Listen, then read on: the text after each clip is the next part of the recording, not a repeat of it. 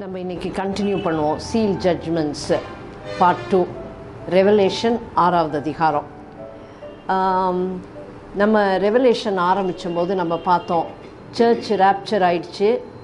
பரலோகத்தில் பிதாவினுடைய கரங்களில் ஒரு 7 முத்திரைகள் போடப்பட்ட ஒரு புஸ்தக சுருள் இருக்குது. அந்த புஸ்தக சுருள் இந்த உலகத்தோட பிரமாண பத்திரம். இந்த உலகத்தை ஆரம்பத்தில் கர்த்தர் யாருக்கு கொடுத்தாருன்னா ஆதாமுக்கு கொடுத்தாரு. ஆதாம் என்ன பண்ணிட்டான், அதை பிசாசுக்கு கொடுத்துட்டதுனால இந்த உலகத்தின் மேலே அதிகாரம் யாருக்கு இருக்குது அப்படின்னாக்கா அது இன்னும் பிசாசு கையில் தான் இருக்குது. ஆனால் முதல் தடவை இயேசு வந்தபோது நம்மளெல்லாம் பாவத்துக்கு அடிமையான எல்லாரையுமே அவர் விடுதலை பண்ணி கொடுத்துட்டாரு. இப்போது அந்த அந்த உலகத்தை மனுஷன் கையில் 6000 வருஷத்துக்கு அவர் கொடுத்துருந்தாரு. 6000 வருஷத்தோட இறுதி முடிவு வந்துருச்சு. இப்போ கர்த்தருக்கு அது திரும்பி வேணும். ஆனால் அந்த பத்திரத்தை வாங்கிறதுக்கு ஒரு மனுஷன் வேணும், அதாவது பர்ஃபெக்ட் ஹியூமன் பீயிங் வேணும். அப்படின்னா அது ஆண்டவராகிய இயேசு கிறிஸ்து மாத்திரம்தான். அப்போ ஆண்டவராகிய இயேசு கிறிஸ்து அந்த புஸ்தகத்தை வாங்கிட்டாரு. வாங்கும்போது நான் ஒரே ஒரு காரியம் உங்ககிட்ட சொல்ல விரும்புகிறேன். அந்த புஸ்தகத்தை வாங்கி அவர் அந்த முத்திரைகளை உடைக்கும் போது நீங்களும் நானும் பரலோகத்தில் இருப்போம். பரலோகத்தில் இருப்போம். எங்கே இருப்போம்? அந்த த்ரோன் ரூமில் இருப்போம். த்ரோன் ரூமில் இருப்போம். அவங்க எல்லாராலையும் இருக்க முடியாது. இங்கே ஒரு கலெக்டரை பார்க்கறதுக்கு கூட அவர் ரூம்குள்ளே நம்மளை விட மாட்டாங்க. அப்படி தான் இருக்குது. ஆனால் கர்த்தர் நமக்கு அந்த காரியத்தை செய்திருக்கிறார். அதை நீங்கள் நல்லா இமேஜின் பண்ணி பாருங்க. அந்த இடத்துக்கு நான் போகணும், நான் விடுபடக்கூடாது அப்படின்னு. அதை இன்னொன்று, இந்த முத்திரைகள் உடைக்கிறது இது எல்லாமே பரலோகத்தில் நடந்துக்கிட்டு இருக்கு. அதனுடைய விளைவு பூமியில் இருக்கும். போன வாரம் நம்ம வெளிப்படுத்தல் 6வது அதிகாரம் முதல் 2 வசனத்தை நம்ம வாசித்தோம். அதில் போட்டிருந்தது, அவர் முதல் முத்திரையை உடைத்த பிற்பாடு வெள்ளை குதிரை ஒன்று புறப்பட்டு வந்தது.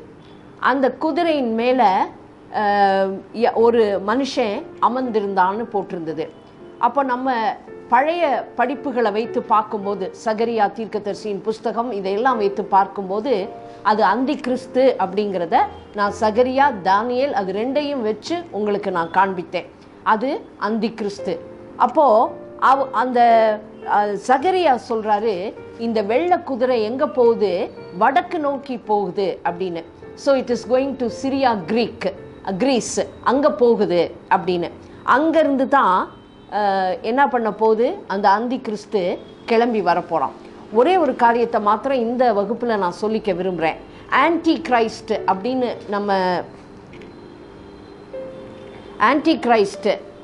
நம்ம சொல்லும்போது, ஆன்டி கிரைஸ்ட் அப்படின்னா கிறிஸ்துவுக்கு எதிர்த்து நிற்பவன் அப்படின்னுட்டுன்னு. ஆனால் அதுக்கு இன்னொரு அர்த்தமும் இருக்குது.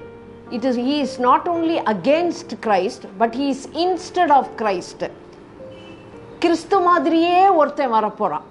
ஏன்னா கிறிஸ்துவுக்கு விரோதமாக வந்தால் மக்கள் யாருமே அதை விரும்ப மாட்டாங்க. ஆனால் கிறிஸ்துவை போல இன்னைக்கு எந்த மதத்தை சேர்ந்தவங்களாக இருந்தாலும் கிறிஸ்துங்கிற வார்த்தையை கேட்டாலே அன்பு அப்படின்னு சொல்லுவாங்க. அப்போ இவன் வரும்போது யார் மாதிரி வரப்போகிறான்?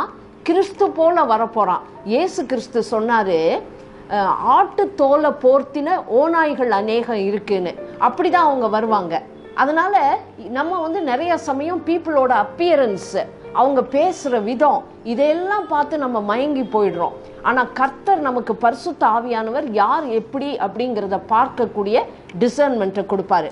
அதனால் அந்தி கிறிஸ்து வரும்போது அவன் ரொம்ப எதிராளியாக வரமாட்டான். he will come in peaceably அப்படின்னு தானியேல் எழுதுறாரு. அதனால் அவன் சமாதானம்னு சொல்லித்தான் வருவான்.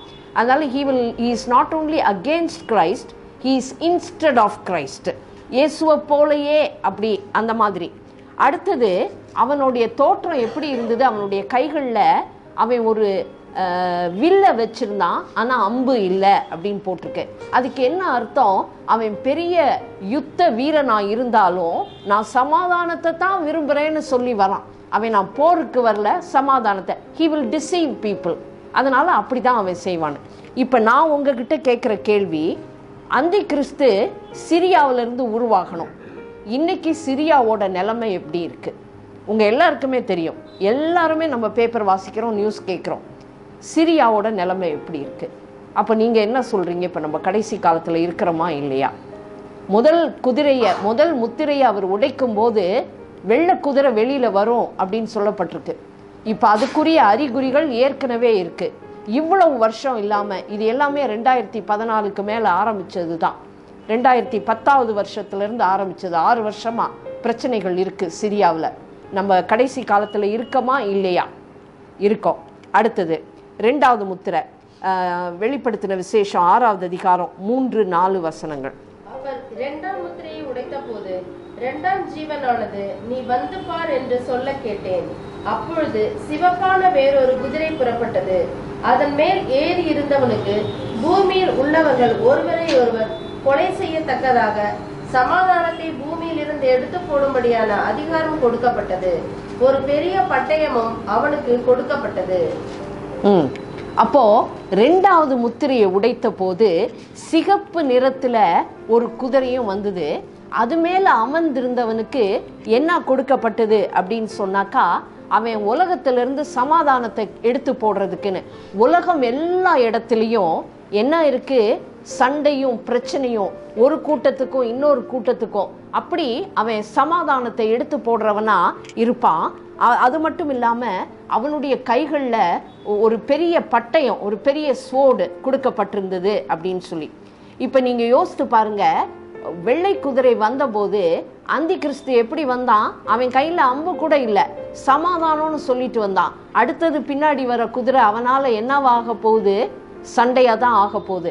அவன் வெளியில் சமாதானம்னு பேசினாலும் அவனுடைய தொண்டர்கள் எப்படி இருப்பாங்க? அப்படி தான் இருப்பாங்க. நம்ம ஏற்கனவே சப்மிட் பண்ணோம் இந்த ரெட் ஹார்ஸ், இந்த சிகப்பு குதிரை என்ன அப்படிங்கிறத நம்ம பார்த்தோம். அது எந்த டைரக்ஷனில் போகுது? பாபிலோனை நோக்கி போகுது. டு த எக்ஸ்ட்ரீம் நார்த் பாபிலோனை நோக்கி போகுது. அது மட்டும் இல்லாமல் அது அந்த குதிரை இன்னொன்று, இந்த சிகப்பு குதிரை மட்டும் சகரியா எழுதுறாரு, நான் உலகம் எங்கும் போகிறேனே அப்படின்னு அது கேட்குது. மற்ற யாருமே அதை கேட்கல. ஆனால் இது மட்டும் என்ன சொல்லுது?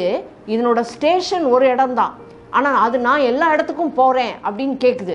அதுக்கு அப்படி போகணும்னு ரொம்ப ஆசை, எல்லா இடத்துக்கும் போகணும்னு.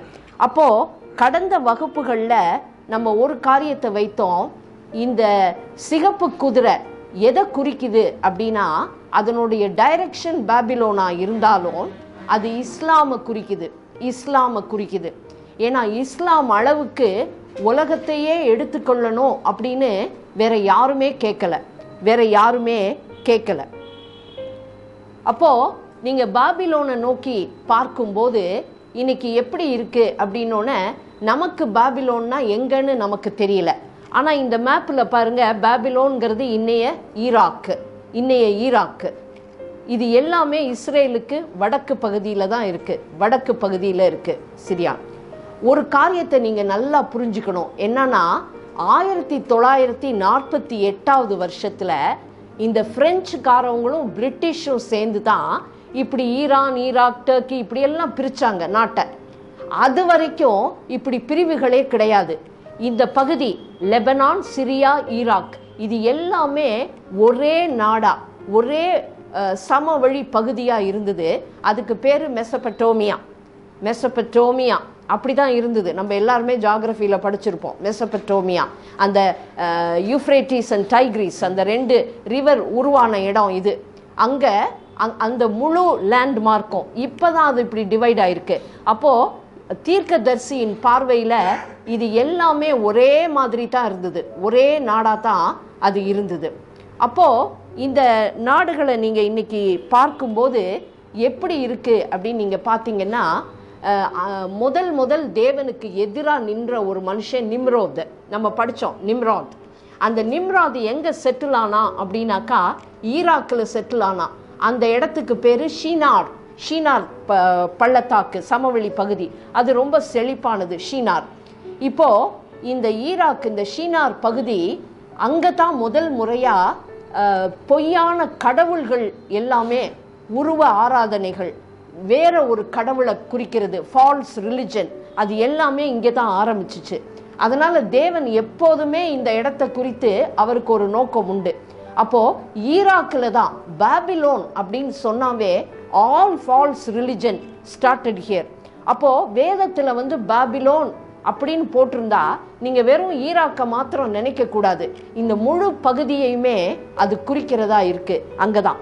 ஆனால் இன்னைக்கு நம்ம பார்க்க வேண்டிய ஒரு முக்கியமான காரியம் என்னன்னா, இந்த பகுதியில் இருக்கிறவங்க எல்லாருமே ஷியா முஸ்லிம்ஸு.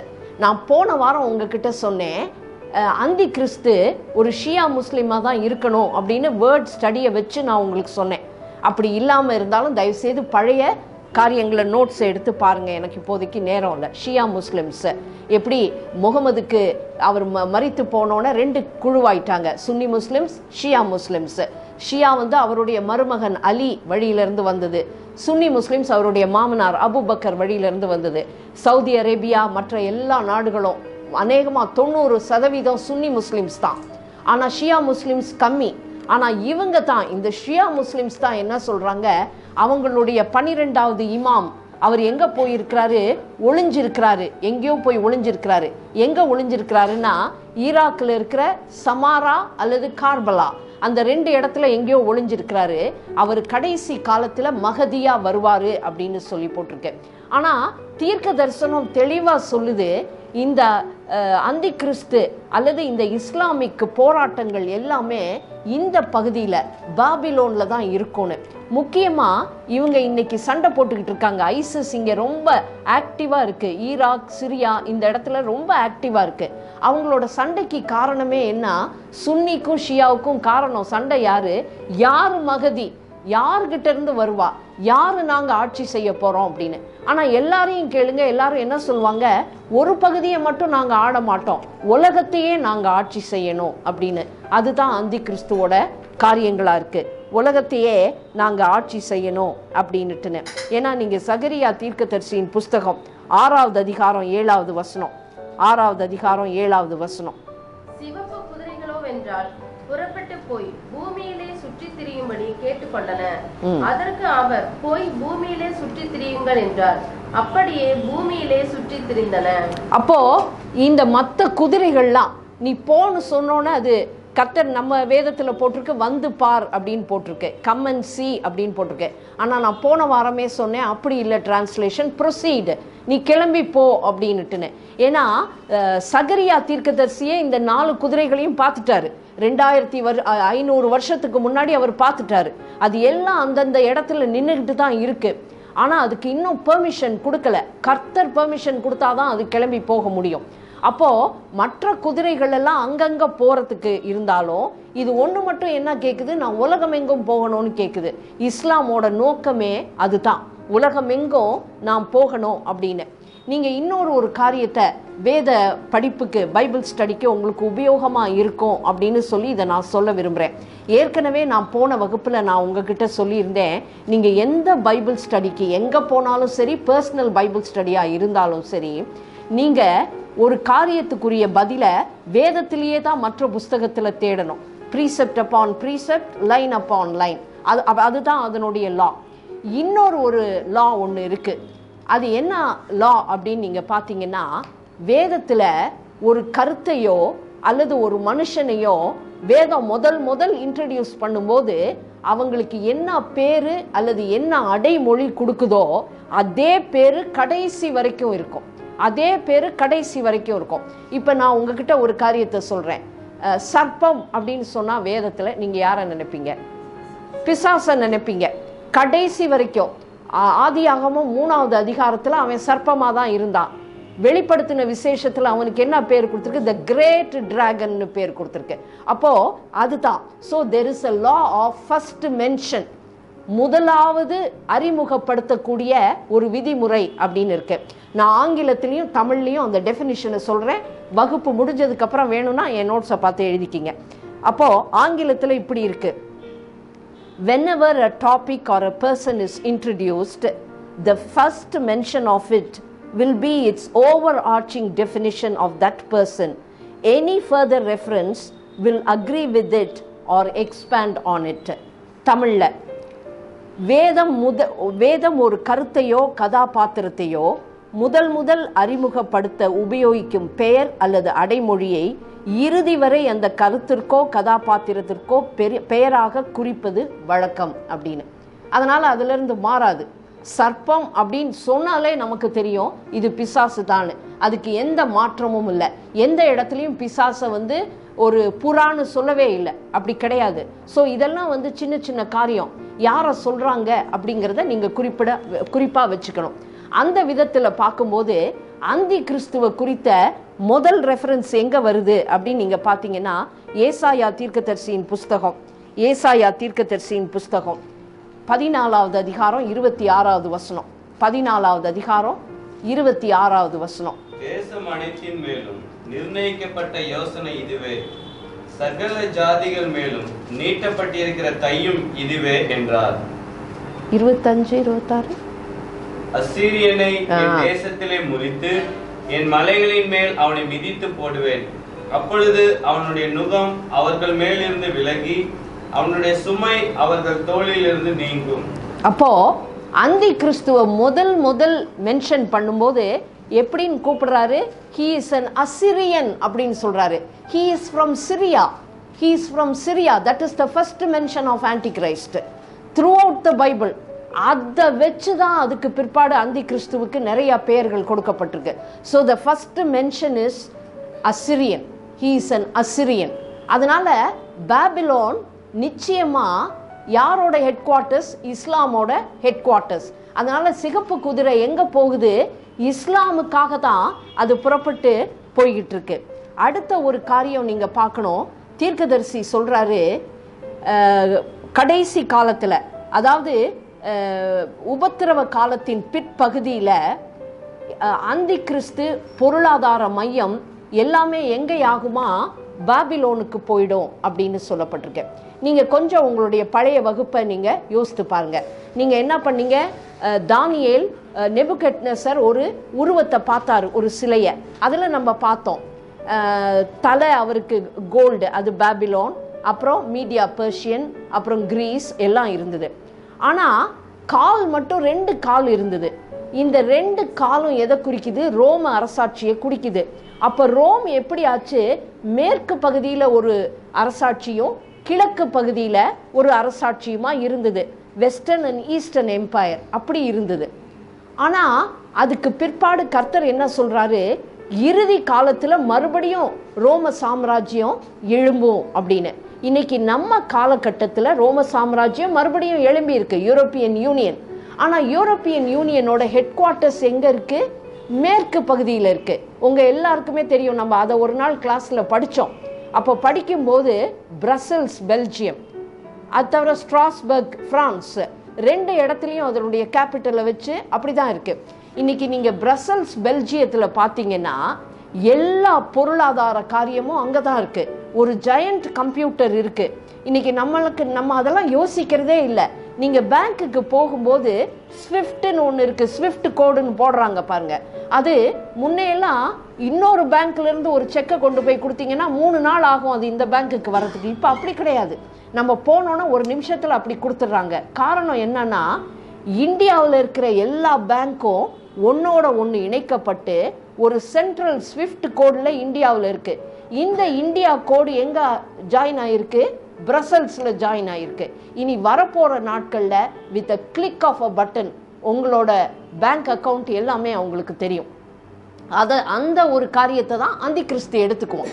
அப்போ இப்போ வரப்போற நாட்கள்ல இந்த பொருளாதார மையம் எங்க இருக்கு? பிரசல்ஸ் பெல்ஜியம்ல இருக்கு.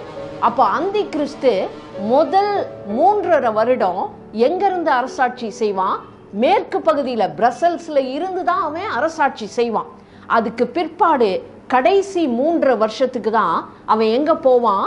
இங்க பாபிலோனுக்கு போவான். அது எப்படி நமக்கு தெரியும்? தீர்க்கதரிசி தெளிவா எழுதியிருக்கிறாரு. சகரியா தீர்க்கதரிசியின் புஸ்தகம் 5வது அதிகாரம். இதை நீங்க தயவு செய்து கொஞ்சம் நல்லா தெளிவா கவனிங்க. எல்லாமே கர்த்தர் கொடுத்திருக்கிறாரு, எல்லா ஸ்டெப்பும் கொடுத்திருக்கிறாரு. சகரியா 5:5 11 வரைக்கும். பின்பு என்னோட பேசின தூதன் வெளியே வந்து என்னை நோக்கி, நீ உன் கண்களை ஏறெடுத்து புறப்பட்டு வருகிறது என்னவென்று பார் என்றார். அது என்னவென்று கேட்டேன். அதற்கு அவர், அது புறப்பட்டு வருகிறதாகிய ஒரு மரக்கால் என்றார். பின்னும் அவர், பூமி எங்கும் இதுதான் அவர்களுடைய கண்ணோக்கம் என்றார். இதோ ஒரு தாளந்து நிறையான ஈய மூடி தூக்கி வரப்பட்டது. மரக்காலின் நடுவிலே ஒரு ஸ்திரீ உட்கார்ந்திருந்தார். அப்பொழுது அவர், இவள் அக்கிரமக்காரி என்று சொல்லி அவளை மரக்காலுக்குள்ளே தள்ளி ஈய கட்டியை அதன் வாயிலே போட்டார். அப்பொழுது நான் என் கண்களை ஏறெடுத்து, இதோ புறப்பட்டு வருகிற 2 ஸ்திரீகளை கண்டேன். அவர்களுக்கு நாரையின் செட்டைகளுக்கு ஒத்த செட்டைகள் இருந்தது. அவர்கள் செட்டைகளில் காற்று இருந்தது. இவர்கள் மரக்காலை பூமிக்கும் வானத்துக்கும் நடுவாய் தூக்கி கொண்டு போனார்கள். நான் என்னோட பேசின தூதனை நோக்கி, இவர்கள் மரக்காலை எங்கே கொண்டு போகிறார்கள் என்று கேட்டேன். அதற்கு அவர், ஸ்னேயா தேசத்திலே அதற்கு ஒரு வீட்டை கட்டும்படிக்கு அதை கொண்டு போகிறார்கள். அங்கே அது ஸ்தாபிக்கப்பட்டு தன் நிலையிலே வைக்கப்படும் என்றார். போதும். அப்போ வேதத்துல என்ன சொல்லப்பட்டிருக்கு, எவ்வளவு தெளிவா எழுதியிருக்கிறார் பாருங்க. அந்த முழு எக்கனாமிக் கண்டிஷன் அல்லது எக்கனாமிக் ரூல் அது எல்லாமே ஒரு பாஸ்கெட். அந்த பாஸ்கெட் அந்த காலத்து மெஷர்மெண்ட். அவர் என்ன ஈஃபா மரக்கால் அதை காமிக்கிறாரு. காமிச்சதோட மட்டும் இல்லாம மக்களோட நோக்கமே இந்த காசு மேலதான் இருக்குன்னு எழுதிட்டார். அவர் காசு மேலதான் மக்களோட நோக்கமே இருக்கு. அது இப்ப எங்க உட்கார்ந்துருக்கான், ரோம் வெஸ்டர்ன் யூரோப்பியன் யூனியன்ல உட்கார்ந்துருக்கு. ஆனா திடீர்னு பார்க்கும்போது என்னைக்குமே இந்த மாதிரி விமன் அதெல்லாம் வரும்போது அது ஈவில தான் குறிக்குது. Evil commerce. தேவனுக்குன்னு ஒரு எக்கனாமிக் டிரான்சாக்ஷன் ஒன்று உண்டு. ஆனால் இட் இஸ் வெரி அன்ஃபார்ச்சுனேட், கிறிஸ்தவங்க அதை தெரிஞ்சுக்கிறதே இல்லை. அது தெரிஞ்சுக்காததுனால தான் நாமளும் உலக பிரகாரமான எக்கனாமிக்ஸில் போய் எல்லா காரியங்கள்லையும் ஈடுபடுறோம். நம்ம அதை தெரிஞ்சுக்கணும். அதை நம்ம இந்த கடைசி நாட்களிலேயாவது நம்ம தெரிஞ்சுக்கணும். ஆனால் தீர்க்கதரிசி என்ன சொல்றாரு, திடீர்னு இந்த எக்கனாமிக் சென்டர் எங்கேருந்து போகுதான், இங்கேருந்து கொண்டு போய் அது ஷீனாருக்கு போகுது அப்படின்னு. ஷீனார் எங்கே இருக்கு? பாபிலோன்ல இருக்கு. பாபிலோன் எது? இன்னைய ஈராக்ல இருக்கு. அவ்வளவு தெளிவா சொல்லியிருக்கிறாரு. முதல் 3 வருஷத்துக்கு தான் எக்கனாமிக் சென்டர் வில் பி இந்த வெஸ்டர்ன் யூரோப். அடுத்ததுக்கு எங்க போகணும்? அது ஈஸ்டர்ன் செக்ஷனுக்கு போகணும். இப்ப நீங்க நல்லா பாத்தீங்கன்னா இதையெல்லாம் தயவு செய்து தெரிஞ்சுக்குங்க. உலகத்துல என்ன சொல்றாங்க கண்டுபிடிச்சிருக்காங்க அப்படின்னு பாத்தீங்கன்னா, ஒவ்வொரு ஆவரேஜா 200 வருஷத்துக்கும் எக்கனாமிக் பவர் மேற்குல இருந்து கிழக்குக்கு, கிழக்குல இருந்து மேற்குக்கு மாறி மாறி வருது. கிழக்குல இருக்கு, அப்புறம் மேற்குக்கு போகுது, மேற்குல இருந்து கிழக்குக்கு போகுது. ஆனா இன்னைய காலகட்டத்தில் மேற்குல இருக்கிற அதிகாரம் முடிஞ்சுக்கிட்டே இருக்கு, கிழக்குல தான் அந்த அதிகாரம் போயிருக்கு. சீனா அதிகமான அளவுல பொருளாதாரத்துல முன்னேறி இருக்கு. ஆனா இன்னைக்கும் ரொம்ப பரிதாபம், நம்ம பிள்ளைங்கள்லாம் எங்க போகணும்னு ஆசைப்படுறாங்க, லண்டனுக்கும் நியூயார்க்குக்கும் அமெரிக்காவுக்கும் போகணும்னு. அவங்களோட ஃபைனான்ஸ் ரொம்ப பேடாக இருக்குது. என்னைக்கு புரிஞ்சுக்குவாங்கன்னு நமக்கு தெரியல. ஏன்னா என்ன மாதிரி இருக்கிறவங்கலாம் சொன்னால் அவங்களுக்கு அது விளங்குமோ விளங்காதோ தெரியல. I sound like a fool to that, but that is the truth. நான் சொல்லலை, வேதம் எழுதி வச்சிருக்கு. There is a shifting coming from the west to the east. எங்க போகுது அப்படின்னு கேட்டா it is going to Shinar. அப்போ அந்தி கிறிஸ்து வரப்போற நாட்கள்ல பாபிலோன்ல he will make his headquarters. நிச்சயமா இது நடக்கும். அது நமக்கு ஆச்சரியமா இருக்கு. ஏன்னா 2003வது வருஷம் கல்ஃப் சண்டை நடந்த போது, ஃபர்ஸ்ட் கல்ஃப் வரும்போது இந்த ஈராக் நிறைய அழிக்கப்பட்டதா தான் நம்ம எல்லாம் நினைச்சுக்கிட்டு இருக்கிறோம். ஆனா நீங்க பாத்தீங்கன்னா 1859 1914 வருஷம் வரைக்கும் ஜெர்மனியை ஆட்சி செஞ்சு கொண்டிருந்த ஒரு ராஜா இருந்தார். அவர் பேர் கெய்சர் வில்லெல்ம். இவர் என்ன பண்ணிட்டாரு, அன்னைக்கே ஐரோப்பாவிலிருந்து பாக்தாத் வரைக்கும் போறதுக்கு ஒரு ரயில்வே பாலத்தை அமைக்கிறதுக்கு அவர் எல்லாமே ரெடி பண்ணி வச்சிருக்கிறார். இன்னைக்கு அவங்க கையில் இருக்கிற பணத்துக்கு நிறைய ஆட்கள் என்ன சொல்றாங்க, அவங்களால ஓவர் நைட்டு பாபிலோனை கட்டிட முடியும் அப்படின்னு சொல்றாங்க. கட்டப்படும். நம்ம இங்க இருப்போமோ இல்லையோ நமக்கு தெரியாது, ஆனா பாபிலோன் கட்டப்படும். தீர்க்கதரிசி சொல்லியிருக்கிறாரு, கர்த்தரோட வார்த்தை. நிச்சயமா there is a power shifting. அதனால be careful with your finances. கர்த்தர்ட்ட கேளுங்க நான் என்ன செய்யணும் அப்படின்னு. So there is a shifting. அப்போது இந்த சிகப்பு குதிரை எங்கே போகுது? அது பாபிலோனை நோக்கி போகுது. ஏன்னா இஸ்லாமோட பேஸே அங்கே தான் இருக்குது. அது மட்டும் இல்லாமல் அது ஷியா முஸ்லீம், அதனால அந்தி கிறிஸ்து ஷியா முஸ்லீமாக தான் வருவார். அது மட்டும் இல்லாமல் அந்த எக்கனாமிக் ஸ்ட்ரக்சரே பாபிலோனை நோக்கி போய்கிட்டு இருக்கு. அது மட்டும் இல்லாமல் இந்த குதிரையை பார்த்தோன்னா நம்ம என்ன பார்த்தோம்? அந்த குதிரை மேலே அமர்ந்திருந்தவருக்கு ஒரு பெரிய பட்டயம் கொடுக்கப்படுது, மெகா ஸ்வோர்ட் அப்படின்னு வேதத்தில் போட்டிருக்கு. நீங்கள் பாருங்க, குரான்ல ஒவ்வொரு வசனம் இருக்கும், அதுக்கு பேர் சூரா. ஒவ்வொரு வசனம் சூரா 9:5 இப்படி போட்டிருக்கு. சூரா 9:5. நான் கடைசி காலத்துக்குரிய சில குரானிக் வேர்சஸை நான் வச்சிருக்கேன். அதில் இது போட்டிருக்கு சூரா 9:5. அதுக்கு என்ன பேர் கொடுத்துருக்குறாங்கன்னா, அவங்க இது பட்டயத்துக்கான வசனம் அப்படின்னு போட்டிருக்கு. It is the verse of the sword அப்படின்னு. இது அவங்க கொடுத்துருக்கிற பேர். அது என்ன சொல்லுதுன்னாக்கா, இஸ்லாம் இல்லாத, அல்லாவை வணங்காத மற்ற மக்களை, அவிசுவாசிகளை எங்கே கண்டுபிடிச்சாலும் அவங்கள கட்டி இழுத்துட்டு வந்து அவங்கள சித்திரவதை பண்ணி அவங்க தலையை வெட்டி அவங்கள என்ன பண்ணிடுங்க, கொன்று போட்டுருங்க அப்படின்னு. That is called the sword of the spirit. I mean sword of the verse of the sword அப்படின்னு போட்டிருக்கு சூரா 9:5. ஒருவேளை இதைத்தான் யோவான் பார்த்தாரோ நமக்கு தெரியாது. வெளிப்படுத்தல் 6:4 போட்டிருக்கு, அவன் கையில் அந்த சிகப்பு குதிரையில் உட்கார்ந்துருக்க என் கையில் ஒரு பெரிய வாள் இருந்ததுன்னு. நீங்கள் யோசித்து பாருங்க, 2014 வருஷத்துலேருந்து தான் அந்த ஐசிஸ் உருவாச்சு. இவ்வளவு நாள் இல்லாமல் இப்போ எல்லாரையுமே கிறிஸ்தவங்க மற்றவங்களெல்லாம் என்ன பண்ணுறாங்க, சிறை சேதம் பண்ணி தான். ஒருவேளை ஆரம்பிச்சிருச்சோ நமக்கு தெரியாது. அப்போது இஸ்லாம் உருவாகி உலகமெங்கும் போய் பரவி இருக்கு. இப்போ நீங்கள் என்ன சொல்கிறீங்க, நம்ம கடைசி காலத்தில் இருக்கோமா இல்லையா? இருக்கோம். சரி, அடுத்தது கர்த்தர் 3வது முத்திரையை உடைக்கிறாரு. 6வது அதிகாரம் 5-6. அவர் 3ஆம் முத்திரையை உடைத்த போது 3ஆம் ஜீவனானது, நீ வந்து பார் என்று சொல்ல கேட்டேன். நான் பார்த்தபோது இதோ ஒரு கருப்பு குதிரையை கண்டேன். அதன் மேல் ஏறி இருந்தவன் ஒரு தராசை தன் கையிலே பிடித்திருந்தான்.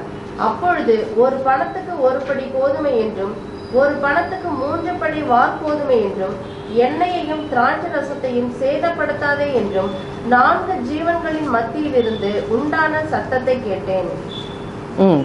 அப்போ உலகத்துல பசியும் பட்டினியும் வரும் அப்படின்னு காரணம் என்ன அப்படின்னா, இந்த சிகப்பு குதிரை அதிகமான போரும் பிரச்சனையும் உருவாக்கும் போது நிறைய அழிவும் சேதமும் இருக்கும்னு வேதத்தில் போட்டிருக்கு.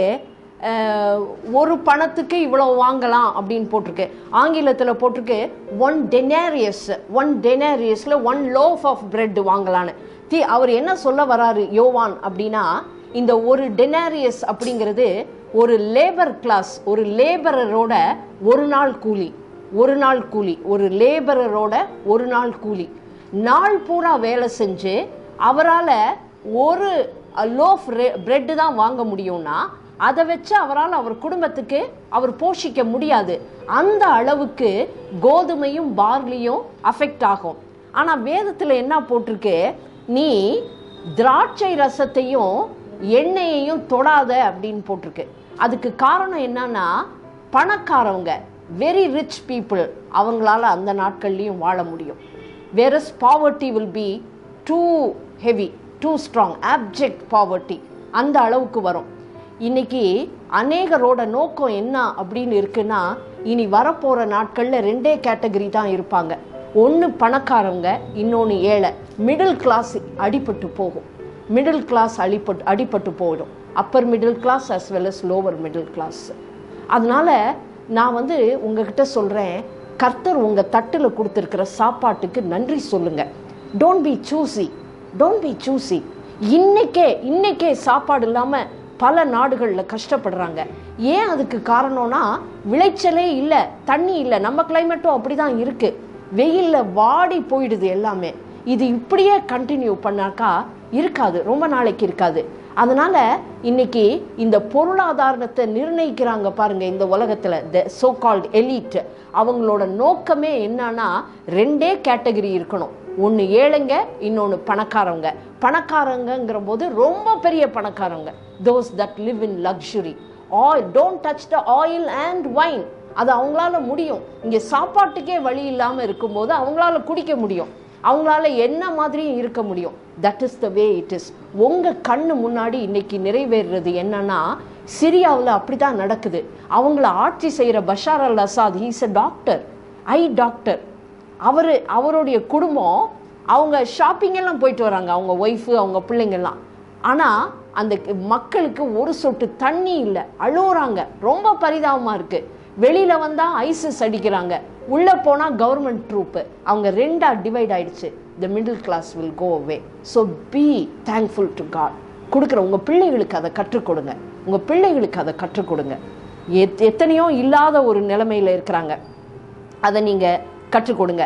அது மட்டும் இல்லாமல் போன வாரத்தில் நான் கேட்டேன், நம்மளுடைய வாட்டர் ரிசோர்ஸ் மினிஸ்டர், தண்ணீர் இதை எல்லாத்தையும் நிர்வகிக்கிற மத்திய மந்திரி உமா பாரதி, அவங்க என்ன சொல்லியிருக்கிறாங்க, இந்தியாவில் தண்ணி ரொம்ப கம்மியாயிட்டே வருது, the water table is coming down, அதனால நம்ம ரொம்ப பார்த்து தண்ணியை செலவு பண்ணணும்னு.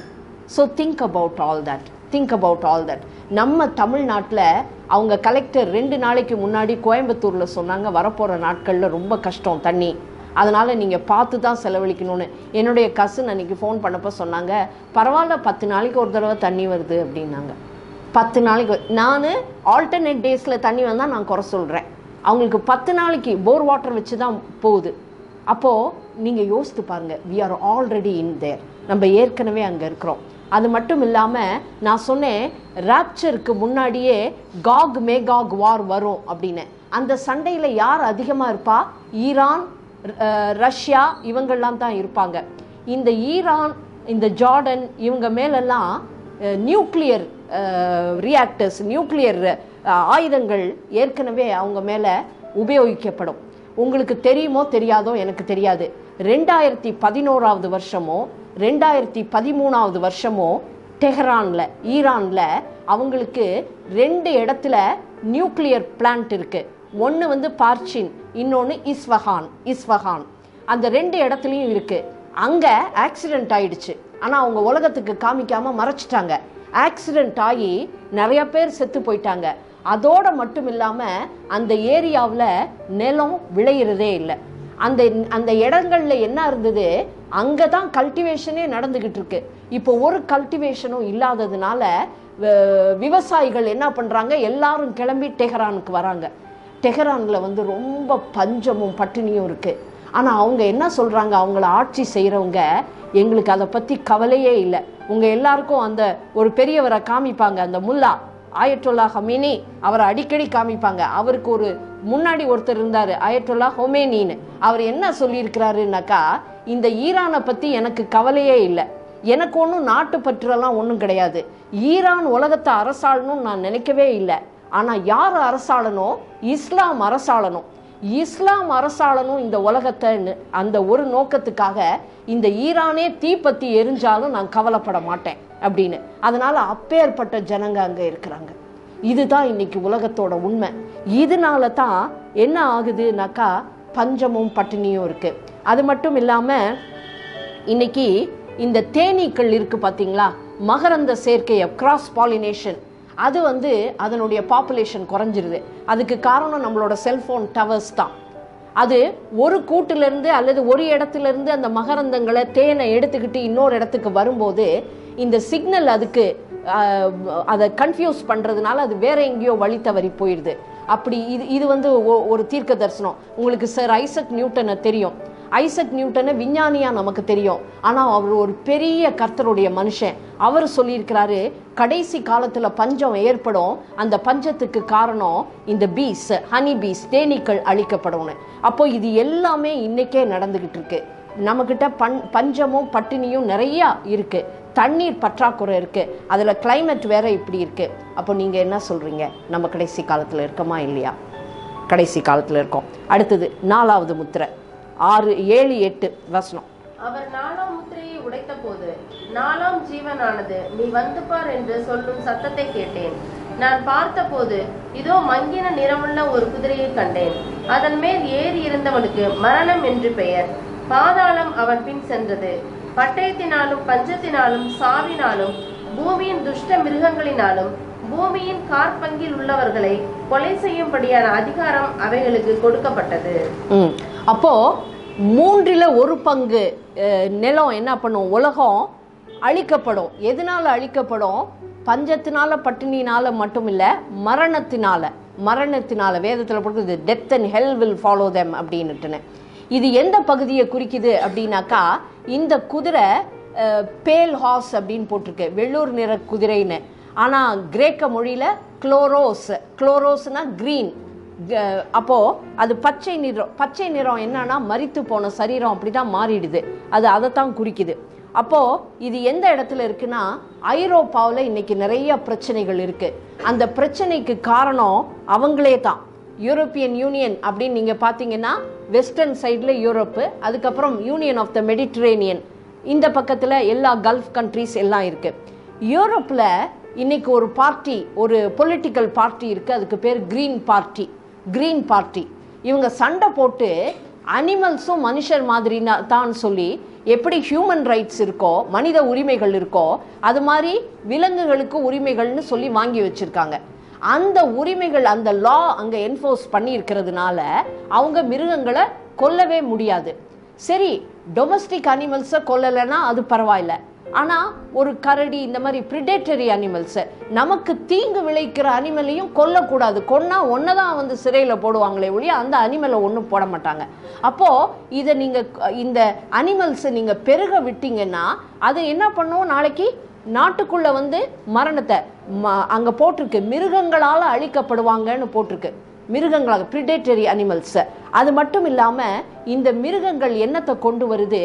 கொள்ளை நோய், ஆல் பெஸ்டிலன்சஸ், அது எல்லாமே இதுகளால வர்றது தான். நமக்கு எல்லாத்துக்குமே தெரியும். இப்ப ரொம்ப ப்ரிவலண்டா இருக்கிறது ஈபோலா, ஜீகா, இந்த மாதிரி வியாதிகள் எல்லாம் வந்துகிட்டே இருக்கு. டெய்லி ஒவ்வொரு வியாதியை நம்ம பார்த்துக்கிட்டே இருக்கோம். அது மட்டும் இல்லாம கிரீனுக்கும் இஸ்லாமுக்கும் ஒரு தொடர்பு உண்டு. கிரீனுக்கும் இஸ்லாமுக்கும், அவங்க கொடிகளெல்லாம் நீங்க பாத்தீங்கன்னா அதுல கொஞ்சமாவது ஒரு பச்சை கலர் இருக்கும். அவங்களுக்கும் அதுக்கும் இந்த 2010 வருஷத்துல எகிப்துல ஹாஸ்னி முபாரக்கு எதிராக சண்டை எழும்புச்சு, கிளர்ச்சி எழும்புச்சு. அப்போ அநேகர் என்ன பண்ணாங்க தெரியுமா? பச்சை நிற குதிரையில வந்தாங்க, குதிரையை பச்சை கலர்ல மாத்தி வந்தாங்க. they want to prove that we are that green horse, நாங்க உங்களை அழிக்க வந்திருக்கோம். நீங்க பாத்தீங்களா என்னன்னு எனக்கு தெரியாது. அந்த டிவி பிக்சர்ஸ் பூரா பார்த்தேன், நான் பார்த்தேன், பச்சை கலர்ல it is a green horse. அவங்களே சொல்லிட்டாங்க அது நாங்க தான் அப்படின்னு சொல்லி. அப்போ ஒவ்வொரு நாளும் நீங்க பாத்தீங்கன்னாக்கா இந்த அளவுக்கு பிரச்சனைகள் எல்லாம் வந்துகிட்டு இருக்கு. மட்டுமில்ல, இந்த ஐசிஸ் தொண்டர்கள் இருக்காங்களே, அவங்க மத்தியில ஒரு நோய் வந்துகிட்டு இருக்கு, ஃப்ளஷ் ஈட்டிங் பாக்டீரியா. அது உங்க சதையை ஏதோ ஒரு பாக்டீரியா அப்படியே சாப்பிட்டுக்கிட்டே இருக்கு அப்படின்ட்டுன்னு. ஸோ அழிவு அதிகமா இருக்கு. அதுக்கு காரணம் என்னன்னு அவங்க சொல்றாங்கன்னா, அந்த பாக்டீரியாவுக்கு அதுக்கு காரணம் என்னன்னா, அவனுங்க எல்லாரையும் கொன்னு குவிக்கிறாங்க. ஆனா கொன்னு போட்ட அந்த உடம்புகளை என்ன பண்றது இல்ல, சரியான முறையில் அடக்கம் பண்றது இல்ல. அது அப்படியே பியூட்ரிஃபை ஆகி அது ஒரு பாக்டீரியாவை ப்ரொடியூஸ் பண்ணுது, ஃப்ளஷ் ஈட்டிங் பாக்டீரியா. நான் ஒரு காரியத்தை சொல்றேன், நான் எந்த டாக்டருக்கோ அல்லது மெடிசனுக்கோ அகேன்ஸ்ட் இல்லை. அவங்களால நான் அதிக அளவில் நான் பயனடைஞ்சிருக்கேன். And I am very very thankful for their work. ஆனால் வரப்போகிற நாளில் புது வியாதிகள் வரும். மனுஷன் நம்பி இருக்கிற ஆன்டிபயோட்டிக்ஸ் எதுவுமே கை கொடுக்காது. But we have a healing covenant with Jesus Christ. அவர் என்ன சொன்னாரு? நீ உன்னுடைய நிலையில இந்த இரத்தத்தை பூசி அந்த பஸ்கா ஆட்டை நீ என்ன செஞ்சிரு, சாப்பிட்ரு. அப்போ சங்கீதக்காரன் என்ன எழுதுறான்? அங்கிருந்து வெளியே வந்த ஒரு மக்கள் கூட வியாதியும் இல்லை, அவங்களுக்கு எளிமையும் இல்லைன்னு. Not one of them was feeble because they have partaken of the Passover lamb. ஆனா அவங்க ஆட்டுக்குட்டியை தான் சாப்பிட்டாங்க. ஆனா இன்னைக்கு நமக்கு யாரோட பங்கு இருக்கு? ஆண்டவராகிய இயேசு கிறிஸ்துவோட பங்கு இருக்கு. அதனால அந்த ஹீலிங் கவனன்ட்னா என்னன்னு தெரிஞ்சுக்குங்க. டாக்டரை நம்ப வேண்டாம்னு நான் சொல்லவே இல்லை. ஒரு காலகட்டம் வரும், even they may not know what to do. அப்படிப்பட்ட ஒரு சூழ்நிலை. So go to God. அவர்கிட்ட what is that healing covenant? நீங்கள் ஒவ்வொரு மாதமும் கம்யூனியன் வாங்கும்போது there is so much in that communion, so much. நான் அப்படித்தான் நான் வாழ்ந்துக்கிட்டு இருக்கேன். ஏன்னா எனக்கு ஒரு ஹெல்த் இஷ்யூ இருக்குது. And I am very thankful to God for the doctors. Apart from that சில காரியங்கள் இருக்குது, அதுக்கு நம்ம தேவனை தேடி இருக்கணும்.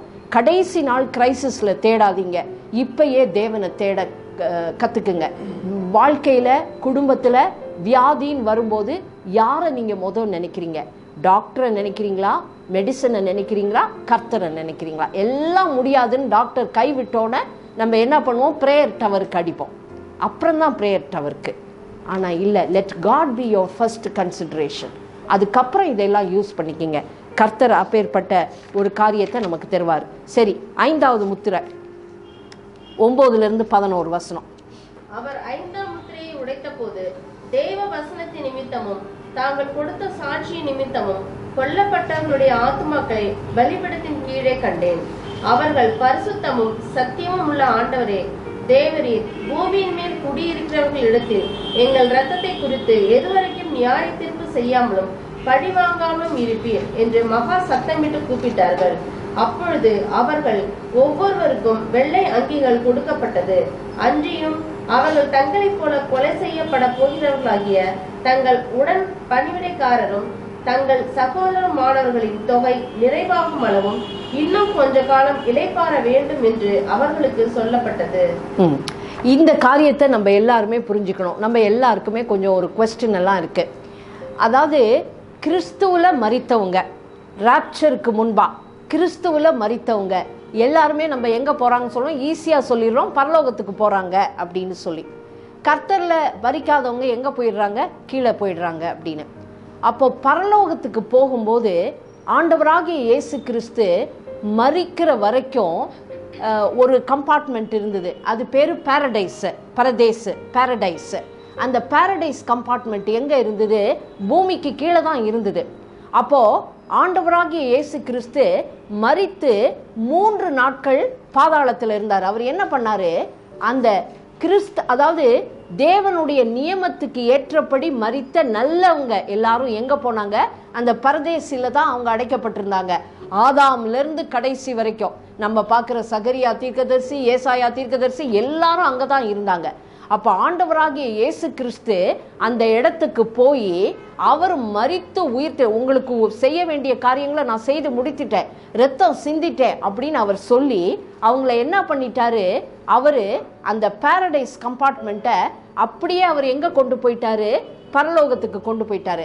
அப்போ இப்போ பாரடைஸ் எங்கே இருக்கு? அது பரலோகத்தில் இருக்கு. வாசிங்க, எபேசியருக்கு எழுதின நிருபம் 4வது அதிகாரம் 7-8. கிறிஸ்துவினுடைய ஈவின் அளவுக்கு தக்கதாக நம்மில் அவனவனுக்கு கிருபை அளிக்கப்பட்டிருக்கிறது. ஆதலால் அவர் உன்னதத்திற்கு ஏறி சிறைப்பட்டவர்களை சிறையாக்கி மனுஷர்களுக்கு வரங்களை அளித்தார் என்று சொல்லி இருக்கிறார். So he took the captivity captive. இவ்வளோ நாள் அடைச்சு போட்டிருந்த இந்த மக்களை அவர் என்ன பண்ணிட்டாரு? அவரு எடுத்துட்டு கொண்டு போய் எங்க போயிட்டாரு? Paradise compartment.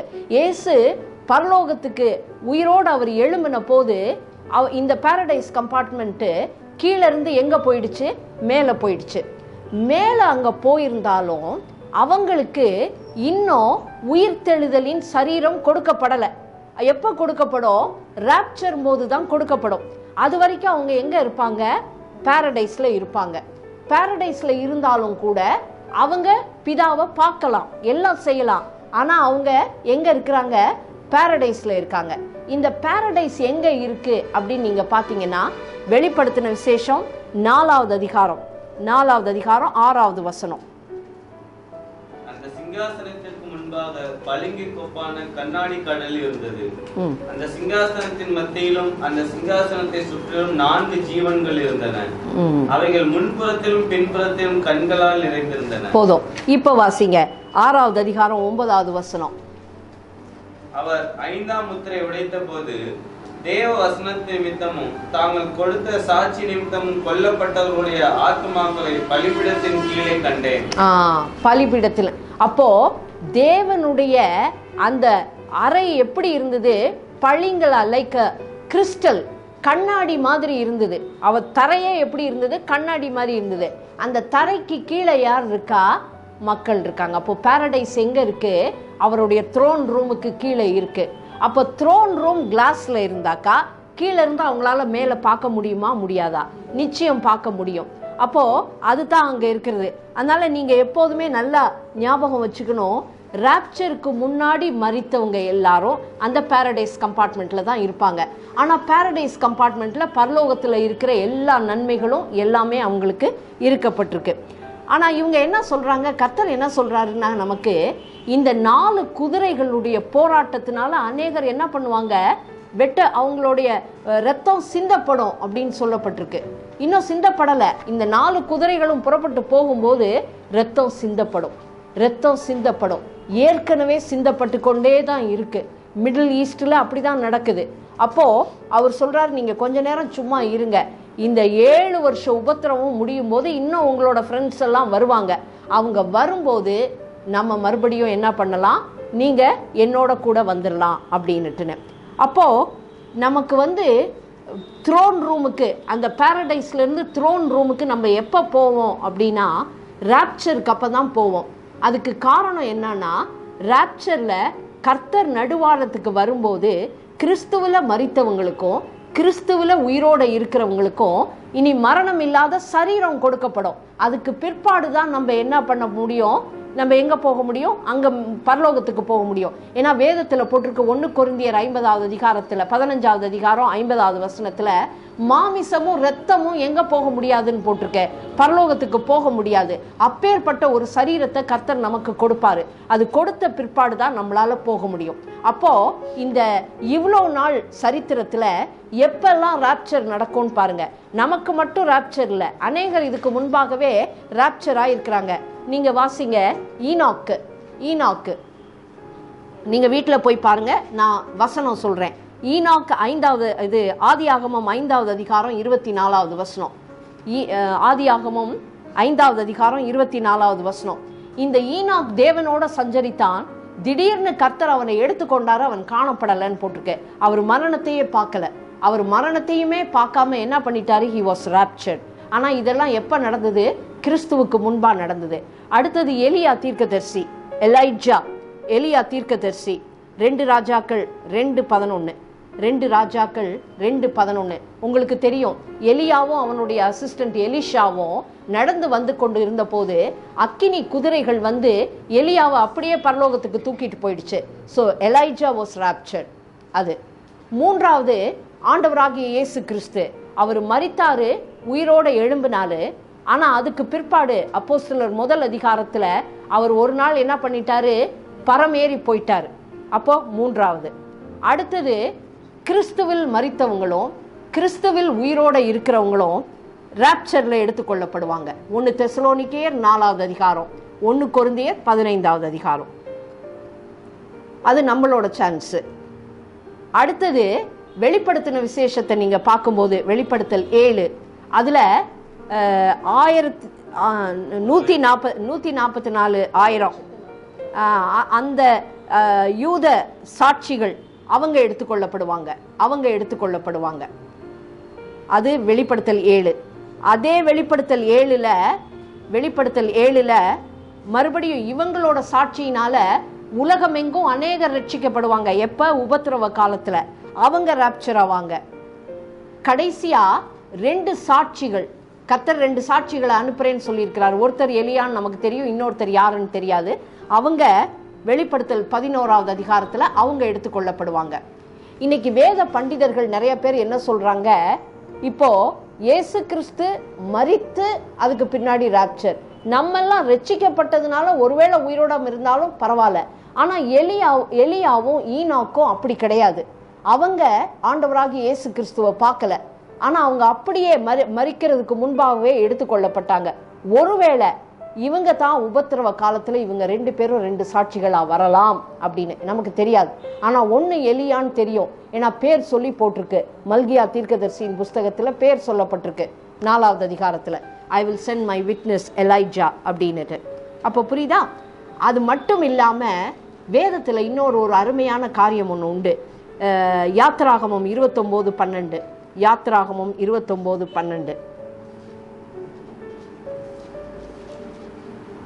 அதன் இரத்தத்தில் கொஞ்சம் எடுத்து உன் விரலினால் பலிபீடத்தின் கொம்புகள் மேல் இட்டு மற்ற இரத்தம் முழுவதையும் பலிபீடத்தின் அடியிலே ஊற்றி. கர்த்தர் அனிமல்ஸை, மிருகங்களை பலியா கேட்டாரு. ஆனா அதனுடைய இரத்தத்தை பிடித்து கொண்டு வந்தபோது அந்த ஆல்டர்ல இருக்கிற 4 பகுதியில லேசா அந்த கொம்புகளில் வைத்துட்டு மிச்சம் ரத்தத்தை நீ என்ன பண்ணிடணும், அந்த பலிபீடத்துக்கு கீழே ஊத்திடணும்னு. பரலோகத்துல பலிபீடம் எங்க இருக்கு? தேவன் உட்கார்ந்து இருக்கிற சிங்காசனம். பலிபீடத்துக்கு கீழே யார் இருக்கா? இரத்த சாட்சிகள் இருக்கிறாங்க. So that is an imagery, that is an imagery. கர்த்தர் ஞாபகம் வைத்திருக்கிறாரு. உங்களோட ஒவ்வொரு ரத்தம் சிந்தப்படுறத கர்த்தர் ஞாபகம் வச்சிருக்கிறாரு, நிச்சயமா ஞாபகம் வச்சிருக்கிறாரு. அதுக்காகத்தான் அந்த இமேஜரி. எதுக்காக அவ்வளோ தெளிவா மோசே கிட்ட சொன்னாரு, அந்த ரத்தத்தை கீழே ஊத்து, வேற எங்கேயாவது ஊத்தாதன்னு, பலிபீடத்துக்கு கீழே ஊத்து அப்படின்னு. So that is the imagery. இப்போ சொல்லுங்க, சிரியாவில் இப்பயே நிறைய பேரை சிறை சேதம் செய்கிறாங்க. கடைசி காலத்தில் இருக்கமா இல்லையா? கடைசி காலத்தில் இருக்கிறோம். சரி, ஏன்னா நம்மளோட டே டு டே கான்வர்சேஷன் அப்படி இல்லை. நான் என்கிட்ட இந்த ப்ராஜெக்டை கொடுத்தா நான் இப்படி பண்ணிடுவேன், நான் இன்னும் ஒரு 10 வருஷத்தில் நான் வீடு கட்டிடுவேன் பார்த்துக்குங்க, என் பிள்ளைய இந்த இந்த அக்கௌண்ட்டில் இப்படி போட்டுருவேன், அவங்க எனக்கு இவ்வளோ. நம்மளோட கான்வர்சேஷனே நம்ம கர்த்தரில் இல்லைங்கிறது நமக்கு தெரியுது. அதனால தான் உங்கள் வாயில் கேட்குறேன், கடைசியில் இருக்கமா இல்லையான்னு. சரி, 6வது முத்திரை, 6வது முத்திரை 12-17. அவர் 6ஆம் முத்திரையை உடைக்க கண்டேன். இதோ பூமி மிகவும் அதிர்ந்தது, சூரியன் கருப்பு கம்பளியை போல கருத்தது, சந்திரன் இரத்தம் போலாயிற்று.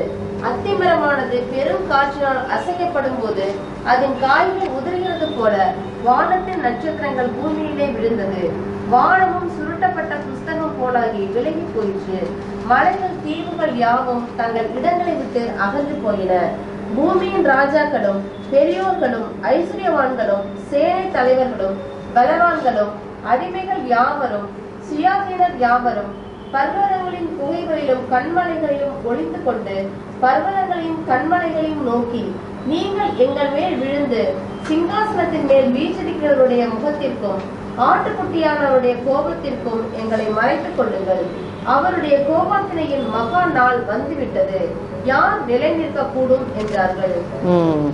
அப்போ கர்த்தர் நிறைய காரியங்கள் நடக்கும், வானத்துல சில காரியங்கள் நடக்கும்னு. சந்திரன் என்னாவும் கருப்பாயிடும், சூரியன் என்ன சந்திரன் இரத்தத்தை போல ஆயிடும், சூரியன் அப்ப இது ரெண்டுமே என்னத்தை சொல்லுது அப்படின்னா கிரகணத்தை சொல்லுது. there is going to be a solar and a lunar eclipse. நான் இதே வகுப்புல உங்ககிட்ட பல தடவை சொல்லியிருக்கேன். 14-15 2 தடவையும் அப்படியே வந்துச்சு. முதல்ல என்ன வரும்னு போட்டிருக்கு, சூரிய கிரகணம் followed by what, a lunar eclipse. ரெண்டுமே மாறி மாறி வரும்னு போன வருஷம் வந்துச்சே. நம்ம யாருமே அதை ரொம்ப கவனிச்சுக்கல, அநேக சபைகள்ல அதை சொல்லக்கூட இல்லை. ஆனா கர்த்தர் எழுதி வச்சிருக்கிறாரு. 2015 வருஷத்துல போன வருஷம் March 20 solar eclipse, March 20 solar eclipse followed by April 4 lunar eclipse, சந்திர கிரகணம். அதே வருஷம் September 13 solar eclipse, September 28 lunar eclipse, back to back. அப்போ நம்ம கடைசி காலத்தில் இல்லையா? நம்ம இதெல்லாம் நம்ம படிக்கிறதே இல்லை, இதெல்லாம் நம்ம படிக்கிறது இல்லை. கர்த்தர் இப்படி தான் ஆகும்னு சொல்லியிருக்கிறாரு. ஆனால் இதை பார்த்துட்டு நம்ம என்ன பண்ணுறோம், அது எங்கேயோ வரட்டும், எனக்கு என்ன போச்சுன்னு. இந்துக்கள் என்ன பண்ணுறாங்க, அதை பார்த்துட்டு காலையிலேருந்து ராத்திரி வரைக்கும் சாப்பிட மாட்டாங்க, கிரகணம் முடிச்சோன்னே தான் நாங்கள் விரதம்லாம் முடிப்போன்னு. அவங்களுக்கு அதாவது இருக்குது. ஆனால் அதை படித்த நமக்கு, அதை படைச்ச தேவனை வணங்குற நமக்கு எதுவுமே கிடையாது, எதுவுமே கிடையாது. எவ்வளோ தூரத்துக்கு இன்டிஃபரெண்ட்டாக இருக்கிறோம். வேதத்தில் போட்டிருக்கு there will be a solar eclipse followed by a lunar eclipse. அதுக்கு முன்னாடியே போன வருஷமே வந்துடுச்சு. இப்போ சொல்லுங்க, நம்ம கடைசி காலத்தில் இருக்கமா இல்லையான்னு? அப்படித்தான் இருக்கிறோம். அடுத்தது கர்த்தர் சொல்றாரு, பல இடங்கள்ல நிலநடுக்கங்கள் இருக்கும், அதனுடைய விளைவா சுனாமி, இப்படி நிறைய காரியங்கள் இருக்கும், அது நமக்கு தெரியும். அடுத்தது நட்சத்திரங்கள் விழும் அப்படின்னு போட்டிருக்கு, நட்சத்திரங்கள் விழும் அப்படின்னு. நம்ம எல்லாருமே இப்போ கேள்விப்பட்டிருக்கோம். நீங்கள் உங்களோட கூகுள் சர்ச்சை போட்டிங்கன்னா பிளானட் எக்ஸ் அல்லது நிபிரு அப்படின்னு கேள்விப்பட்டிருக்கீங்களா? பிளானட் எக்ஸ் புதுசாக கண்டுபிடிச்சிருக்கிற ஒரு பிளானட், ஒரு கோளம், அதை ஒன்று கண்டுபிடிச்சிருக்கிறாங்க. அதுக்கு பேர் சிலர் சொல்கிறது பிளானட் எக்ஸ்ன்னு. ஆனால் இந்த யூத மக்கள் அது என்னன்னு சொல்கிறாங்க? நிபிரு. அந்த நிபிரு அப்படிங்கிறது கடைசி காலத்தின் அறிகுறியாம். உங்களுக்கு தெரியுமா, ஜூன் மாசத்துல அந்த ஆஸ்ட்ராய்டு உலகத்தை தாண்டி தான் அப்படியே உரசி போயிருக்கு. இன்னும் கொஞ்சம் இருந்திருந்தா, அது உலகத்துல விழுந்திருந்ததுன்னா அந்த ஆஸ்ட்ராய்டு, அது என்ன ஆயிருக்கும்? உலகத்துல அழிவை தேடி இருக்கும், நிறைய அழிவை கொடுத்துருக்கோம். எத்தனை தடவை நம்ம படிக்கிறதே இல்லை. எத்தனை தடவை நான் பார்த்தேன் 2 மாசத்துக்கு முன்னாடி. அதை அவங்க பார்த்துக்கிட்டே இருக்கிறாங்க, பயப்படுறாங்க. நாசாவிலலாம் இதை யாருமே ஒன்றும் செய்ய முடியல. ஆனால் நம்ம பயப்பட வேண்டிய அவசியம் இல்லை. இதுக்கு பிற்பாடு இந்த ட்ரிபுலேஷன் ஆரம்பித்ததுக்கு அப்புறம் 8வது அதிகாரத்தில் தான் அது கீழே விழுவுது. அப்போ நம்ம இருக்க மாட்டோம். அது நமக்கே தெரியாது. நம்மளும் சேர்ந்து தான் பயப்படுவோம். ஏன்னா நம்ம ஸ்கிரிப்சரில் இக்னரண்ட், அதனால் நமக்கு தெரியல. கர்த்தர் அதை சொல்லியிருக்கிறாரு. பல தடவை அது விழுவதான் பார்க்குது, ஆனால் கர்த்தர் அதை பார்த்து கொண்டு இருக்கிறாரு. லூக்கா 21:26. லூக்கா 21:26. வானத்தின் சத்துவங்கள் அசைக்கப்படும், ஆதலால் பூமியின் மேல் வரும் ஆபத்துகளுக்கு பயந்து எதிர்பார்த்திருக்கிறதினால் மனுஷருடைய இருதயம் சோர்ந்து போகும். அப்போ இந்த மாதிரி காரியங்கள் எல்லாம் பார்க்கும்போது மனுஷனுடைய இருதயம் சோர்ந்து போகும். வேதத்துல போட்டிருக்கு, the very powers of heaven will be shaken அப்படின்னு. இன்னைக்கு நம்ம கிளைமேட் அப்படிதானே இருக்கு. அக்டோபர்ல இவ்வளோ ஹாட்டா இருந்ததில்லை, ரொம்ப வித்தியாசமா இருக்கு கிளைமேட்டு. நமக்கெல்லாம் என்னன்னே தெரியல, ஆனா அப்படித்தான் இருக்குது. கர்த்தரோட வருகை சமீபமா இருக்கு. there is cosmic disturbance. இப்போ என்ன சொல்றீங்க, நம்ம கடைசி காலத்துல இருக்கமா இல்லையா? நிச்சயமா இருக்கிறோம். இப்போ இந்த சீல் முத்திரைகள் எல்லாமே 6 முத்திரைகள் உடைக்கப்பட்டுருச்சு. அதனுடைய சம்மரியை நீங்க பாருங்க. முதல் முத்திரை உடைச்சோன்னே யார் வெளியில வந்தது? த ஒயிட் ஹார்ஸ், அது அந்தி கிறிஸ்து. 2வது முத்திரை உடைக்கப்பட்டோன்னே ரெட் ஹார்ஸ், அது இஸ்லாம். 3வது முத்திரை உடைக்கப்பட்ட போது பிளாக் ஹார்ஸ், அது ஃபேமின். அது அடுத்தது 4th சீல் உடைக்கப்பட்ட போது டெத்து, பேல் ஹார்ஸ், டெத்து. இது எல்லாமே இப்பயே உலகத்தில் நடைபெற்று கொண்டு இருக்குது. அப்போ ஆண்டவராகிய இயேசு கிறிஸ்து சிலுவைக்கு போறதுக்கு முன்பா அவருடைய சீஷர்கள் கேட்டாங்க, உம்முடைய வருகை எப்போ இருக்கும், உலகத்தின் முடிவுக்கான அடையாளம் என்ன அப்படின்னு கேட்டாங்க. அப்போ அவர் என்ன சொன்னாரு? வாசிங்க, மத்தேயு 24:4-8 வரைக்கும். 4-8 வரைக்கும். இயேசு அவர்களுக்கு பிரதியுத்தரமாக, ஒருவனும் உங்களை வஞ்சியாதபடிக்கு எச்சரிக்கையா இருங்கள். ஏனெனில் அநேகர் வந்து என் நாமத்தை தரித்துக் கொண்டு நானே கிறிஸ்து என்று சொல்லி அநேகரை வஞ்சிப்பார்கள். யுத்தங்களின் செய்திகளையும் கேள்விப்படுவீர்கள். கலங்காதபடி எச்சரிக்கையா இருங்கள். இவைகள் எல்லாம் சம்பவிக்க வேண்டியதே, ஆனாலும் முடிவு உடனே வராது. ஜனத்துக்கு விரோதமாய் ஜனமும் ராஜ்யத்துக்கு விரோதமாய் ராஜ்யமும் எழும்பும். பஞ்சங்களும் கொள்ளை நோய்களும் பூமி எதிர்ச்சிகளும் பல இடங்களில் உண்டாகும். இவைகள் எல்லாம் வேதனைகளுக்கு ஆரம்பம். அப்போ கர்த்தர் என்ன சொன்னார்? இப்ப எல்லாமே நடந்துகிட்டு இருக்கு. ஒரு பிரெக்னன்ட் உமன் அந்த டெலிவரிக்கு முன்பா என்ன ஆகும்? வலி வரும், கண்ட்ராக்ஷன் வரும். அது ஆரம்பத்தில் மெதுவாக தான் ஆரம்பிக்கும். அது வர தான் அதனுடைய இன்டென்சிட்டி அதிக அளவும் ஃப்ரீக்குவென்சியும் அதிகமாகும். ஆரம்பத்தில் அப்படி இருக்காது. அப்போ கர்த்தர் என்ன சொல்றாரு? இப்பயே நம்ம இதெல்லாம் பார்க்குறோம். இந்த 6 முத்திரைகளை அவர் உடைக்கிறதுக்குள்ளேயே இதெல்லாம் நம்ம பார்த்துக்கிட்டு இருக்கோம். இப்போ சொல்லுங்க, நம்ம கடைசி காலத்தில் இருக்கமா இல்லையா? அந்த கற்ப வேதனைகள் ஆரம்பிச்சிருச்சா இல்லையா? எப்போ வேணாலும் it's frequency will be more. கர்த்தர் இந்த 6 முத்திரையை உடைச்சதுக்கு அப்புறமே இவ்வளவு ஆயிடுச்சு. 7வது முத்திரையை உடைக்கிறதுக்கு முன்பா என்ன சொல்றாங்க? எல்லாரும் போய் ஒளிஞ்சுக்கிறாங்க. யாரெல்லாம் ஒளிஞ்சுக்கிறா? பெரியவங்க, அதிகாரிகள், பணக்காரவங்க, ஏழைகள், அடிமைகள் எல்லாருமே ஒளிஞ்சுக்கிறாங்க. அவங்க எல்லாருக்குமே ஒன்று தெரிஞ்சிருச்சு, நாங்கள் கும்பிட்ட தெய்வங்களால ஒன்றும் பண்ண முடியல, இது வேற யாரோ, இது ஆண்டவராகிய இயேசு கிறிஸ்து, அவருடைய கோபாக்கின வரப்போகுதுன்னு. அப்போ இனிமே வரப்போற 7வது முத்திரையை அவர் உடைச்சா என்ன வரப்போகுது? த wrath ஆஃப் த lamb. ஆட்டுக்குட்டியானவருடைய கோபாக்கின, ஆட்டுக்குட்டியானவருடைய கோபாக்கின. அது தேவனோட கோபாக்கின இல்ல, ஆட்டுக்குட்டியானவருடைய கோபாக்கின, இயேசு கிறிஸ்துவோட கோபாக்கின. அது வரப்போகுது அப்படின்னு அவர் சொல்லியிருக்கிறாரு. நான் ஒரு காரியத்தை யோசித்து பார்த்தேன். இந்த காரியங்கள் எல்லாம் இயேசு கிறிஸ்துவுக்கு மட்டும்தான் தெரியும். அவர் மட்டும்தான் அதை தெரிந்து கொள்ள தகுதி உள்ளவர். ஆனால் யோவான் மூலமா இதை நமக்கு எழுதி வச்சிருக்கிறார் அவரு. அதுக்கு காரணம் என்ன? யோவான் 15வது அதிகாரம் 15வது வசனத்துல அவர் சொல்றாரு, உங்களை நான் அடிமைகளோ என்றோ வேலைக்காரனோ நினைக்கல, உங்களை என்னோட நண்பர்னு நினைக்கிறேன். ஏன்னா எஜமான் செய்யறது வேலைக்காரனுக்கு தெரியாது, ஃப்ரெண்டுக்கு தெரியும்னு. Are you the friend of God? உங்ககிட்ட சொல்லணும், உங்ககிட்ட பேசணும்னு அவர் விரும்புறாரு. ஆனா நீங்க அவர் சொல்றது இது எல்லாமே எழுதியிருக்கிறாரு. இப்படிதான் அது ஒர்க் அவுட் ஆகும், ஸ்டெப் பை ஸ்டெப்பா இப்படிதான் போகும் அப்படின்னு. ஆனா நம்ம என்ன பண்றோம்? அதை பத்தி நமக்கு அக்கறையே இல்லை. உலக மனுஷன் என்ன பேசுறானோ அப்படிதான் நம்மளும் பேசிக்கிட்டு இருக்கோம். வாசிங்க 1 தெசலோனிக்கேயர் 5வது அதிகாரம் 4லிருந்து 6 வரைக்கும். 1 தெசலோனிக்கேயர் 4வது அதிகாரம் 5வது அதிகாரம் 5வது அதிகாரம் 4லிருந்து 6 வரைக்கும். சகோதரரே, அந்த நாள் திருடனை போல உங்களை பிடித்துக் கொள்ளத்தக்கதாக நீங்கள் அந்தகாரத்தில் இருக்கிறவர்கள் அல்லவே. நீங்கள் எல்லாரும் வெளிச்சத்தின் பிள்ளைகளும் பகலின் பிள்ளைகளுமாய் இருக்கிறீர்கள். நாம் இரவுக்கும் இருளுக்கும் உள்ளானவர்கள் அல்லவே. ஆகையால் மற்றவர்கள் தூங்குகிறது போல நாம் தூங்காமல் விழித்துக் கொண்டு தெளிந்தவர்களாய் இருக்க கடவோம். தூங்குகிறவர்கள் ராத்திரியிலே தூங்குவார்கள், வெறி கொள்ளுகிறவர்கள் ராத்திரியிலே வெறி கொள்வார்கள். பகலுக்குரியவர்களாகிய நாமோ தெளிந்தவர்களாய் இருந்து விசுவாசம், அன்பு என்னும் மார்க்கவசத்தையும் ரட்சிப்பின் நம்பிக்கை என்னும் தலை சீராவையும் தரித்து கொண்டிருக்க கடவோம். அப்போ உலகத்துல இருக்கிறவங்க ஏன் தான் இப்படி ஹாட்டா இருக்குன்னு தெரியல, ஏன் கிளைமேட் இப்படி இருக்குன்னு தெரியல, ஏன் எல்லாரும் இப்படி சண்டை போட்டுக்கிறாங்கன்னு நீங்க அப்ப இருளில் இருக்கிறீங்கன்னு அர்த்தம். நீங்களும் அவங்க கூட சேர்ந்து பேசுனீங்கன்னா, நாமளும் அப்படி பேசினோம்னா அவர் சொல்றாரு, நீங்க ஒளியின் மக்கள். அவங்களுக்கு தெரியாது, உங்களுக்கு தெரியும். அப்போ என்ன தெரியணும்? உங்களுக்கு காலம் நெருங்கி விட்டது அப்படிங்கிறது நமக்கு எல்லாருக்குமே தெரியும். நான் இன்னைக்கு யாம் கிப்போர், இன்னைக்கு 12ஆம் தேதி, இன்னைக்கு Yom Kippur. It is a jubilee also, it is a jubilee. இந்த நாளில் அவங்க காலையிலேருந்து ராத்திரி வரைக்கும் நிற்பாங்க, நின்றுக்கிட்டே இருப்பாங்க, அவங்க பாவம் மன்னிக்கப்படணும்னு. அந்த ஆட்டுக்குட்டியோட ரத்தத்தை கொண்டு போய் மகா பரிசுத்த ஸ்தலத்தில் ஆசாரியன் ஊற்றி வெளியில் இட் இஸ் டன் அப்படின்னு சொன்னோன்னு தான் அவங்க எல்லாரும் கிளம்பி போவாங்க. ஆனால் காலம் ஒன்று வரும்.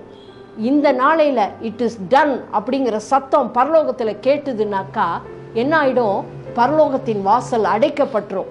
அதுக்கு பிற்பாடு என்னவாகும்? ஆட்டுக்குட்டியானவருடைய கோபாக்கின வரும். இன்னைக்கு நான் இந்த கிளாஸை எடுப்பேன்னு எனக்கு தெரியாது, நான் அப்படி அரேஞ்ச் பண்ணல. It's so happened. இன்னையோட இன்னைக்கு இந்த நாளையில் நீங்கள் கர்த்தருடைய சத்தத்தை கேட்டிங்கன்னா மாறுங்க. இன்னைக்கு நம்ம எல்லார்கிட்டையும் மாற்றம் வேணும். நம்ம இன்னைக்கு யாம் கிப்போர், திஸ் இஸ் ஜூபிலி, இன்னைக்கு விடுதலை. இந்த நாளை நீங்கள் ஏற்றுக்கொள்ளாமல் போனீங்கன்னாக்கா பரலோகத்தின் வாசல் அடைக்கப்பட்டு போயிடும். அதுக்கு பிற்பாடு எதுவுமே இருக்காது. தயவுசெய்து உங்களுடைய வேதத்தை திறந்துக்குங்க. 2வது சங்கீதம், எல்லாரும் இதை நீங்கள் பார்க்கணும்னு நான் ஆசைப்படுறேன். 2வது சங்கீதம் 2, Psalm 2. இந்த சங்கீதம் 2 12 வசனங்கள் இருக்கு. 12 வசனங்கள் இருக்கு. 2வது சங்கீதம் எடுத்துக்கிட்டீங்களா? 12 வசனங்கள். இதுல 4 பேர் பேசுறாங்க. 3 வசனம் 3 வசனம், 4 பேர் பேசுறாங்க. முதல் 3 வசனம் வாசிங்க சிஸ்டர். ஜாதிகள் கொந்தளித்து ஜனங்கள் விருதா காரியத்தை சிந்திப்பானேன். கர்த்தருக்கு விரோதமாகவும் அவர் அபிஷேகம் பண்ணினவருக்கு விரோதமாகவும் பூமியின் ராஜாக்கள் எழும்பி நின்று அதிகாரிகள் ஏகமாய் ஆலோசனை பண்ணி அவர்கள் கட்டுகளை அறுத்து அவர்கள் கயிறுகளை நம்மை விட்டு எரிந்து போடுவோம் என்கிறார்கள். அப்போ இது யாரு? மனுஷர், நம்ம மாதிரி இருக்கிற கிறிஸ்டியன்ஸ், பிலீவர்ஸ். நம்ம பேசிக்கிறோம், ஏன் உலகத்துல இவ்வளோ கஷ்டம் இருக்கு, ஏன் எல்லாரும் கர்த்தருக்கு விரோதமா இருக்கிறாங்க, ஏன் நம்ம நாடுகளில் இவ்வளோ கரப்ஷன் இருக்கு அப்படின்னு. இது யாரு? நம்மளுடைய குரல். அடுத்தது 4லிருந்து 6 வரைக்கும் ஒருத்தர் பேசுறார். அவர் யாருன்னு பாருங்க.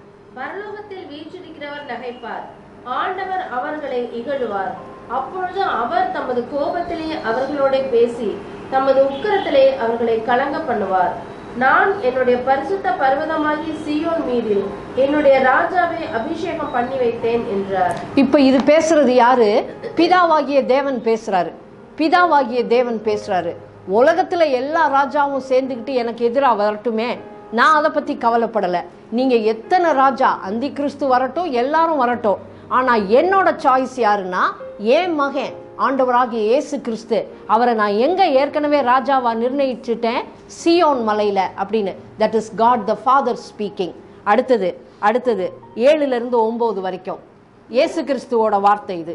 7-9 தீர்மானத்தின் விவரம் சொல்லுவேன். கர்த்தர் என்னை நோக்கி, நீர் என்னுடைய குமாரன், இன்று நான் உம்மை ஜனிப்பித்தேன், என்னை கேளும். அப்பொழுது ஜாதிகளை உமக்கு சுதந்திரமாகவும் பூமியின் எல்லைகளை உமக்கு சொந்தமாகவும் கொடுப்பேன். இருப்பு கோலால் அவர்களை நொறுக்கி புயக்களத்தை போல் அவர்களை உடைத்து போடுவீர் என்று சொன்னார். அப்போ கர்த்தர் பேசுறாரு, ஆண்டவராகிய இயேசு கிறிஸ்து பேசுறாரு. அது நான் தான், பிதாவாகிய தேவனுடைய குமாரன் நான். நீங்க தயவுசெய்து ஒன்னே மட்டும் தெரிஞ்சு வச்சுக்கோங்க. Jesus Christ is the perfect man. அவர் மனுஷனா தான் இன்னும் அங்க இருக்கிறாரு. பிதாவும் இயேசுவும் ஒண்ணு கிடையாது. They are two different entities, two different individuals. அவரு எதுக்காக மனுஷன் ஆனாருன்னா, இன்னைக்கு பிதாவுடைய கையில இருக்கிற பிரமாண பத்திரத்தை வாங்கணும்னாக்கா மனுஷனா வந்து தான் ஆகணும். அவரால் மட்டும்தான் வர முடியும். Please understand that. அதனால அவர் என்ன சொல்றாரு, நீ என்ன கேளு, ஜாதிகளை உனக்கு கொடுப்பேன்னு கர்த்தர் சொல்லியிருக்கிறாரு. நான் தான் அந்த குமாரன்னு. கடைசியா ஒருத்தர் பேசுறாரு, பரிசுத்த ஆவியானவர். 10-12 வரைக்கும். இப்போதும் ராஜாக்களை உணர்வடையுங்கள், பூமியின் நியாயாதிபதிகளே எச்சரிக்கையாயிருங்கள். பயத்துடனே கர்த்தரை சேவியுங்கள், நடுக்கத்துடனே களி கூறுங்கள். குமாரன் கோபம் கொள்ளாமலும் நீங்கள் வழியிலே அழியாமலும் இருக்கும்படிக்கு அவரை முத்தம் செய்யுங்கள். கொஞ்ச காலத்திலே அவருடைய கோபம் பற்றி எரியும். அவரை அண்டிக் கொள்ளுகிற யாவரும் பாக்கியவான்கள்.